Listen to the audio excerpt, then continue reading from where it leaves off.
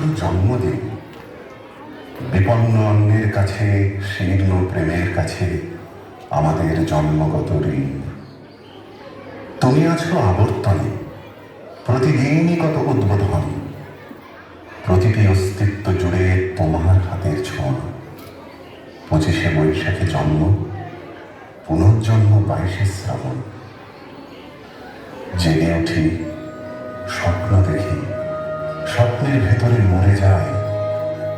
তোমার পদধ্বনি কান পেতে যেন শুনি, কখনো ভাবিনি